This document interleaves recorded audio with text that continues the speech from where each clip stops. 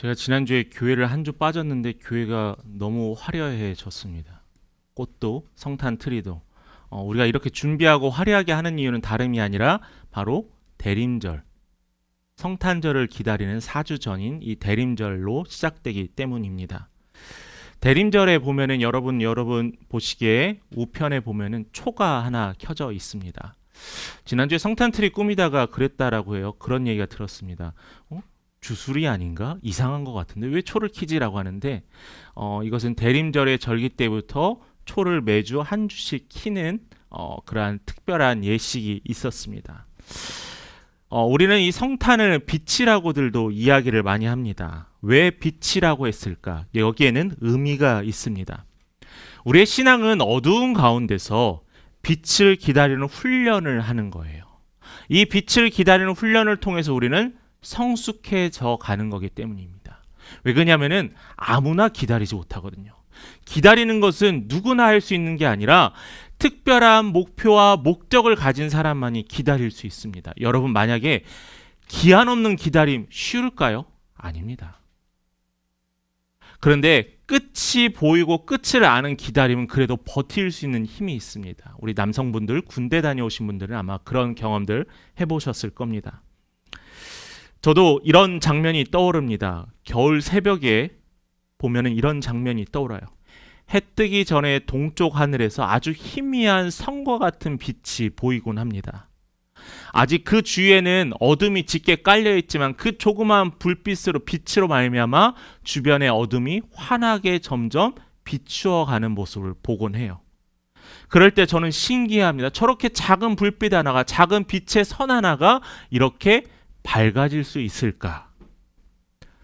저는 그 선을 보면서 이렇게 여러분에게 이야기하고 싶습니다. 빛이 오고 있습니다. 그런데 그 빛의 선을 볼 수 있는 사람이 있어요. 아무나 다 보는 게 아니에요. 빛을 기다리고 있는 사람만 그 빛의 선을 볼 수 있다는 거예요. 기다리지 않는 자는 어둠인지 빛인지 별로 중요하지 않습니다. 시간이 되면 밝아질 것이고 시간이 되면 어두워질 것이라 하지만은 빛을 기다리는 사람은 그 빛을 기다리고 뜨는 방향으로 바라보고 있을 거기 때문이에요. 대림절은 바로 그 기다림의 영성을 훈련하는 시간입니다. 그냥 성탄절 준비를 하고 교회 트리를 꾸미고 그게 대림절의 절기가 아니라 기다리는 훈련을 하는 거예요. 사람은 보통 어두움에 압도되어서 빛을 찾으려 하지 않으면 익숙해지기 때문이죠. 그런데 이 기다리는 사람은 미세한 변화를 발견하기 시작해요. 미세한 이 변화를 통해서 가능성을 보기 시작한다는 거죠. 그래서 2025년 대림절을 우리가 시작하면서 우린 스스로에게 물어봐야 합니다. 나는 지금 무엇을 기다리며 살고 있는가라는 거예요. 여러분들은 지금 무엇을 기다리며 살아가고 있습니까? 신앙생활을 하고 있습니까? 라는 이 답을 찾아가야 한다는 거죠. 그러면서 저는 또 이렇게 질문한 나는 빛을 볼 준비가 되었는가라는 거죠. 오늘 본문에서 발견할 수 있는 몇 가지 장면을 통해 그 답을 여러분이 찾으시기를 간절히 기도합니다. 첫 번째 장면이 있습니다. 여러분 28절의 말씀을 같이 한번 볼까요? 함께 같이 읽어봅니다. 무화과 나무의 비유를 배우라.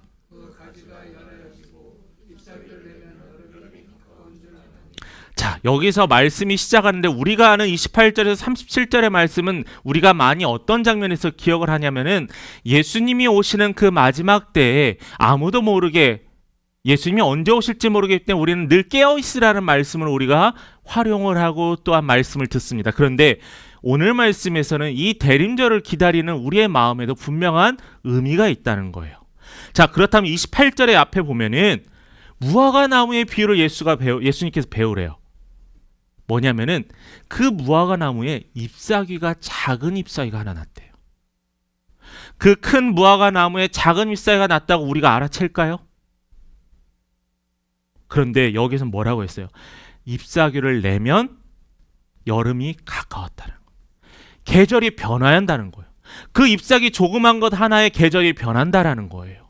그 잎사귀가 나기를 기다리는 사람, 열매를 통해 기다리는 사람, 무화과 나무를 매일매일 바라보고 있겠죠. 또한 관리하고 있겠죠. 그런 사람만이 이 작은 변화를 통해서 여름이 다가오고 있구나라고 확인할 수 있다라는 거예요. 왜 예수님께서 이 말씀을 하셨을까요? 왜 예수님께서 굳이 이 무화과 나무의 작은 잎사귀를 가지고 이 이야기를 하셨을까요? 그건 다른 게 아닙니다. 하나님은 크고 놀라우신 사건만을 통해서 일하시고 보이시는 것이 아니라 우리 삶의 작은 변화를 통해서 우리를 통해서 일하심을 보여주신다라는 거예요. 우리가 성경의 말씀을 들으면서 우리는 모세가 홍해를 가르고 여리고성이 무너지고 십자가에서 죽으신 예수 그리스도가 풍랑이 일어나고 노아가 풍랑 가운데 고래 뱃속에 들어갔다 살아나오고 그런 극적인 장면을 생각하지만 사실은 성경이 그러한 장면보다는 무수하게 녹여있는 장면은 뭐냐면은 매일매일 일상에서 하나님이 자그맣게 보여주는 힌트들이었다는 거죠. 갑자기 그들에게 그러한 일이 생기게 아니라 그것을 하기 위해 도움닫기였던 일들이 그들의 삶에서 계속 있었다라는 거예요. 예를 들어 볼까요? 우리에게도 이렇게 조용하고 작은 변화로 다가오는 예수는 확인할 수 있습니다. 여러분 오늘 말씀을 듣다가요. 아니요 여러분이 성경을 읽다가 매번 알았던 말씀인데 그 말씀이 너무나 내 마음에 와닿아요. 마음이 울려요. 어둠 같던 일상의 작은 빛이 보입니다. 어느 날은 갑자기 기도하고 싶어질 때가 있어요. 매번 길을 가다가 보이는 밤에 있는 십자가, 수많은 십자가들이 나에게 의미 없이 다가왔는데 어느 날은 그 십자가를 보면서 마음의 평안이 있어요. 그 십자가를 보면 눈물이 나요. 여러분, 이 작은 변화들, 이 작은 징조들이요. 여러분의 삶에서 회복의 힌트를 보여준다는 거예요. 이러한 일로 마음에 설명할 수 없는 평안이 나에게 스며듭니다. 이것이 바로 하나님이 일하시고 있는 작은 징조라는 거예요. 그렇다면 여러분 저에게 목사님 하나님이 도대체 어떻게 말씀하세요? 목사님 하나님이 도대체 나에게 무슨 말하는지 저는 알 수가 없어요. 그러니까 하나님은 답답하다는 거예요. 나는 너에게 늘 노크하고 있고 보이고 있는데 왜 너는 보지 못하느냐라는 거죠. 마치 어두운 방 가운데 빛이 하나씩 새어나오면서 밝아지고 있는데 우리는 그 빛에 대해서 인지하지 못하고 있는 것과 같다라는 겁니다. 자, 그렇다면은 이 작은 징조들은 깨어있는 사람만 볼 수 있다고 했어요. 그런데 왜 우리는 깨어있지 못하고 왜 매일 잠들어 있는가라는 거예요. 예수님 본문에서 오늘 이렇게 얘기합니다. 3번이나 깨어있으라. 깨어있으라. 깨어있으라. 왜 이렇게 말씀하셨을까요? 왜냐하면 우리는 너무나 쉽게 잠들고 있기 때문에. 너무나 쉽게 잠들고 있기 때문에 예수님께서 우리를 향해서 깨어있으라라고 하는 거예요. 지금 시대가 어느 시대라고요? 물론 깨어있기 힘든 시기입니다. 영혼이 너무나 잠들기 쉬운 환경이고 너무나 무기력감에 쉽게 빠질 수 있는 시간이고 시대인 건 압니다. 그런데 예수님께서 우리에게 똑같은 얘기를 하신 거예요. 깨어있어라. 2000년 전에 하신 말씀이 아니라 오늘 우리에게도 2025년 11월 30일 오늘에도 우리에게 말씀하신 거예요. 뭐라고요? 깨어있으라. 우리가 잠드는 이유를 살펴봅니다. 첫 번째 이유가 너무 바빠요. 너무 바빠요. 요즘 사람들은 바쁨이 일상이 되었으면 하루를 살다 보면 뭐라고 하는지 아세요? 기도할 시간이 목사님 없어요. 말씀을 읽을 여유가 마음에 없다라는 거예요. 물론 이해 갑니다. 직장, 학생, 가정, 시험, 육아, 돌봄, 삶의 모든 것들이 감당해야 될 삶의 무게이기도 하죠. 내가 일을 시작하지도 않았는데 너무나 큰 산들이 내 앞을 가로막다 보니까 마치 내가 일을 시작하기에 머뭇거려요. 내가 열심히 마음 잡고 일을 시작해서 한 문제를 끝내놨더니 그 다음에 또 일들이 나에게 다가오기 시작해요. 그냥 일만 다가오는 게 아니라 여러분들의 영혼을 압박하고 있다. 누르고 있다는 거예요. 하루 종일 그 부담감을 갖고 산다는 거예요. 그럴 때 어떤 일이 생기는 줄 아세요? 여러분들의 영혼이 무감각해지고 잠든다라는 거예요. 두 번째 원인이 있습니다. 너무 지쳐 있어요. 근데 이 지쳐 있음이 잠을 못 자서 일을 열심히 해서 피곤함이 아니라 감정의 에너지가 너무 소모된다는 감정 에너지. 그러지 않으세요? 점점 사람과 대화하고 말하는 게 좀 어렵습니다. 관계 맺는 것도 어렵기도 하고요. 제가 금요 설교 때도 이야기했는데 업무 지시는 카톡으로 하거나 문자로 하기도 합니다. 왜 그냥 굳이 이렇게 만나야 될까? 그게 활용도가 높다고 하지만 사실은 관계 맺고 얼굴 마주보고 이야기하는 것도 쉽지 않기 때문이죠. 육체적인 피로만이 아니라 정신적으로 우리가 소진하는 것 에너지가 너무 큽니다. 그 증상으로 현대인들의 감정의 회복력이 급격히 떨어졌어요. 예전에는 누가 조금만 불친절해도 뭐 그럴 수 있겠지, 뭐 바쁘니까 그러겠지 하고 그냥 넘어갔는데 요즘은 작은 말 한마디가 상처가 되고 송곳이 되어서 계속 내 마음에 머무르고 있어요. 그것 때문에 하루 전체가 찝찝합니다. 여러분, 카페 직원이 나에게 무심하게 대하는 것에 상처를 받아요. 직장에서 상사에게 들었던 지적에 상처를 받아요. 가족의 퉁명스러운 말 한마디에 상처가 됩니다.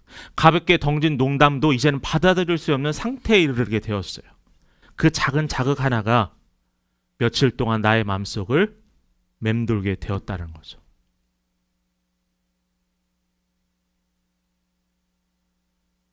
내가 뭐 잘못했나? 왜 이렇게 힘들지? 과거에는 별일 아닌데 지금은 감정이 회복되는데 시간이 너무나 오래 걸려요. 이런 것뿐만 아니라 만성적인 스트레스, 미래에 대한 불안, 수면 부족으로 하나님, 저 기도하고 싶은데요. 기도할 시간이 없어요. 기도하기 너무 힘들어요. 라고 이야기를 해요. 이런 고백조차도 안 하고 그냥 외면을 택하기도 합니다. 감정의 회복력이 떨어지면 이러한 일들이 생기더라고요. 그게 현대인들이 겪는 영혼의 피로입니다. 또한 너무 많은 정보가 오히려 가야 할 길을 잃게 합니다. 하루 종일 여러분 정보의 홍수에 있잖아요. 예전 뉴스와 신문이나 주변 사람이 이야기했지만 지금 SNS, 유튜브를 통해서 얼마나 많은 정보가 오는지 모릅니다. 근데 이 정보 속에서 뭐래요? 정보를 택하는 것도 스트레스예요. 근데 그 정보들이요, 우리를 대부분 어떻게 하는지 아세요? 긍정보다는 부정적이게. 내 마음이 편안한 것보단 불안하게 합니다. 어떤 기사를 많이 찾아 읽으세요? 가십거리, 극적인 환경, 부풀려서 별것 아닌데 부풀린 것들. 소망보다는 경쟁을 부추깁니다. 그래서 어느 순간 우리가 가야 하고 지켜야 될 이 방향을 잃어버리는 안타까운 현실에 빠져들게 된다는 거죠. 이러한 현대인의 삶 속에서 더욱 제일 안타까운 건 뭐냐면은 이러한 문제를 혼자 해결하려는 거예요. 혼자. 경제적인 부담도 가족의 여러 문제도 내가 해결해야지.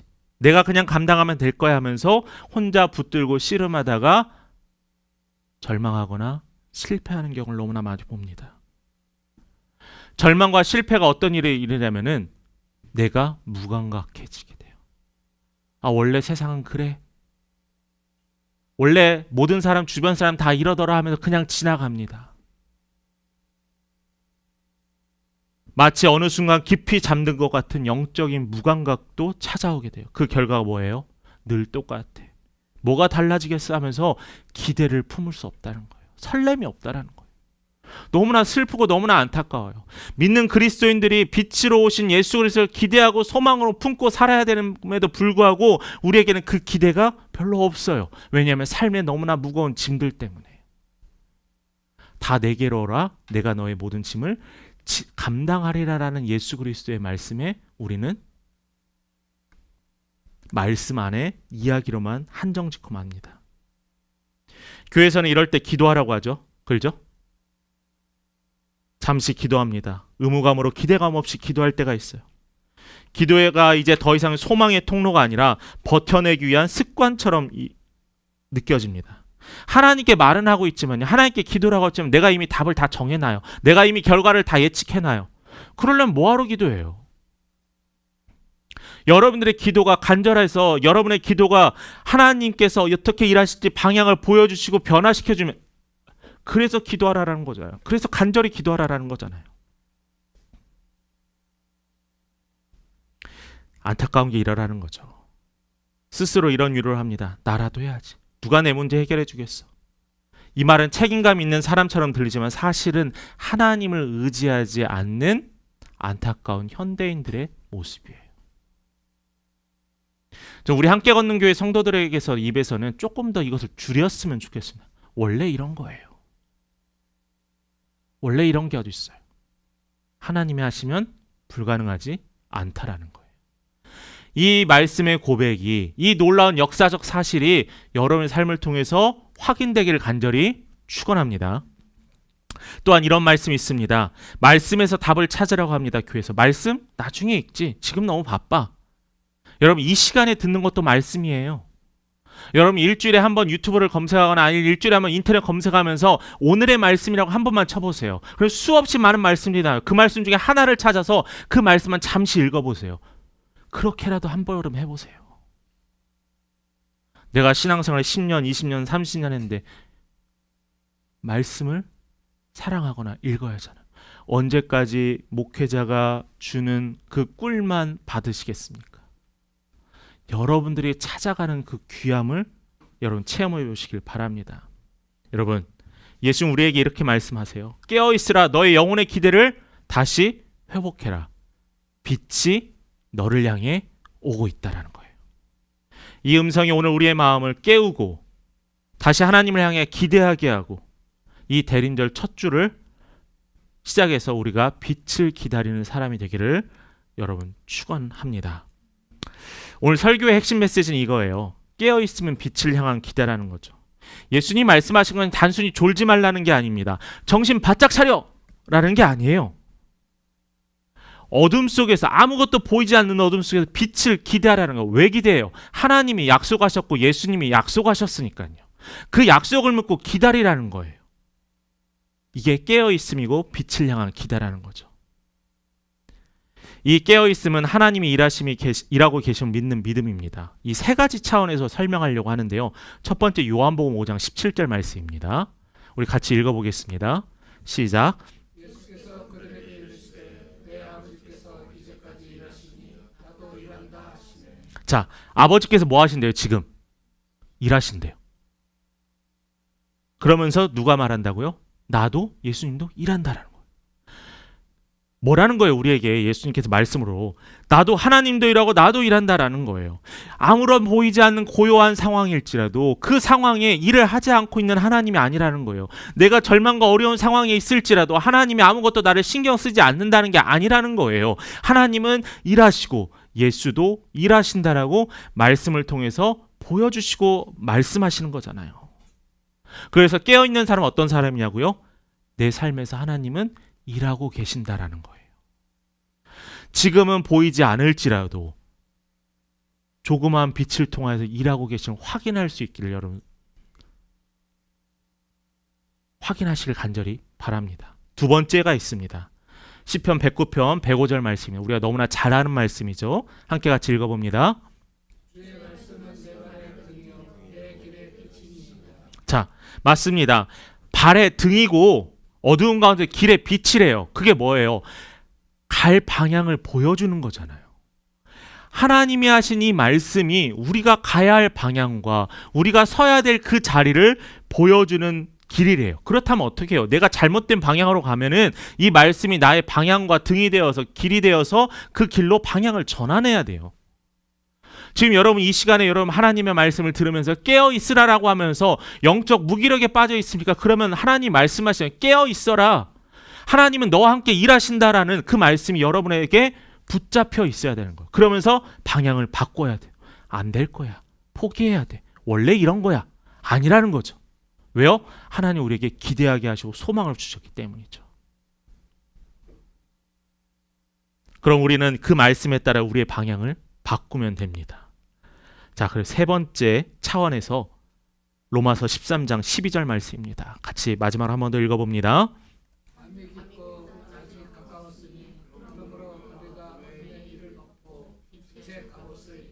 자, 여러분 어둠의 일을 어떻게 한대요? 벗으래요. 그리고 빛의 갑옷을 입으래요. 이게 뭘까요? 하라는 거예요. 행하라는 거예요. 삶의 준비를 하라는 거예요.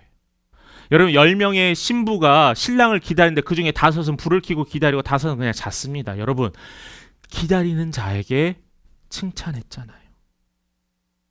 우리에게 뭘 요구하냐면 빛을 너희들이 맞이하고 싶어하니, 너희들 빛을 통해서 기대하고 소망을 품고 싶어하니 그러면 너희들 준비해라는 거예요. 삶의 방향을 바꿨으면은 이제는 깨어있는 삶에서 여러분 변화라는 거예요. 여러분 예수께서 뭐라고 하셔요? 용서하고 사랑하라고 했잖아요. 그럼 용서하고 사랑하면 되는 거예요. 하나님이 기뻐하심을 위해서 준비하라고 했으면 하나님이 기뻐하시는 을 위해서 순종하고 그 말씀에 따라야 하는 거죠. 여러분 각자에게 어둠의 영역이 있을 수 있습니다. 어떤 이는 자녀에게, 어떤 이는 남편과 가족에게, 어떤 이는 직장의 특별한 어떤 상사에게, 어떤 이는 학생들은 부모님의 성적에 대한 압박 때문에. 각자의 어둠의 영역이 있습니다. 그런데 여러분 이 가장 어두운 영역에서 누가 제일 활발하게 일하는지 아세요? 사단이에요. 사단은요 여러분들의 잘하는 것을 통해서 여러분 공격하지 않아요. 여러분의 약점을 통해서 공격하는 거죠. 그 약점이요 내 가족이 될 수도 있고요, 내가 지금 하고 있는 일이 될 수도 있다는 겁니다. 여러분 예수님은 십자가를 위해 희생하셨잖아요. 목숨을 대신해 주셔서 우리를 위해 생명을 주셨는데 우리가 못할 게 어디 있겠습니까? 여러분 빛을 맞이하기 위해 변하시는 성도님 되길 간절히 소망합니다. 자, 그렇다면은 우리가 실제적인 연습을 여러분들과 몇 가지 나눠보려면, 이 제가 나누는 것만이 정답이 아닙니다. 여러분들에게 취사 선택할 수도 있고 또한 여러분 이것을 통하여서 더욱더 다른 것을 통해서 결단할 수도 있습니다. 그런데 이 시간에 여러분들에게 세 가지 정도 되는 여러분 삶의 결단, 또한 깨어있는 삶을 위해 실제적인 연습할 수 있는 것들을 여러분 제시해 보려고 합니다. 하나님은요 큰 것부터 변하지 않는 작은 것이에요. 작은 것. 첫 번째, 무기력에서 깨어나는 작은 훈련들을 좀 해보셨으면 좋겠어요. 아까 이야기했죠. 하루에 아침에 시작할 때 컴퓨터 키면서 일하기 전에, 핸드폰 키기 전에 말씀 하나 찾아보세요. 한 구절을 마음에 새기서 보시기 바랍니다. 출근길에 1분 정도 감사하는 기도를 해보세요. 잠들기 전에 하나님이 나를 어떻게 일하셨는지 한번 되돌아볼 시간 잠시 1분만이라도 가져보세요. 특별히 제가 여러분이 간절히 바라는 것은 예배 시간에 미리 와서 이 예배를 위해서 기대하는 마음과 하나님 임재해달라고 기도해 보기 바라세요. 기대하는 자에게 주신다니까요. 우리가 너무나 잘 아는 이야기 있잖아요. 곰 맞죠? 곰이 감이 떨어지길 기다리는데 아무것도 하지 않으면 떨어지지 않습니다. 기대해야 돼요. 소망해야 돼요. 움직여야 돼요. 목사님 저는요 감나무 아래 갔으니까 그것도 기대해서 간 건데요. 그런데 하나님은 입 벌리는 것보다는 감을 흔들기 원하세요. 예배를 위해 중보하고 일주일 동안 기대하고 또한 여러분 그 말씀을 가지고 한 번 더 유튜브를 통해서 듣고 잊은 거 있으면 더 확인하고 그러한 노력이 있어야 은혜가 돼요. 이러한 작은 것들이 무슨 변화가 되냐고요? 이런 것들이 쌓여서 여러분들의 무기력에서 벗어날 수 있습니다. 하나님을 향한 빛으로의 전환이 가능하다라는 거예요. 자, 두 번째입니다. 방향의 전환이 필요합니다. 여러분 뉴스 많이 보실 때 여러분 화가 많이 나십니까? 기뻐하십니까? 화가 많이 나죠. 정치 보면 내가 어느 편에 섰던 화가 많이 납니다. 경제 보면 화가 납니다. 집값은 오른다는데 왜 내 집은 안 오르고, 집값이 오른다는데 나 집 사야 되는데, 항상 화가 나요. 여러분 그러면요 여러분 계속 뉴스 보고 화내지 마요.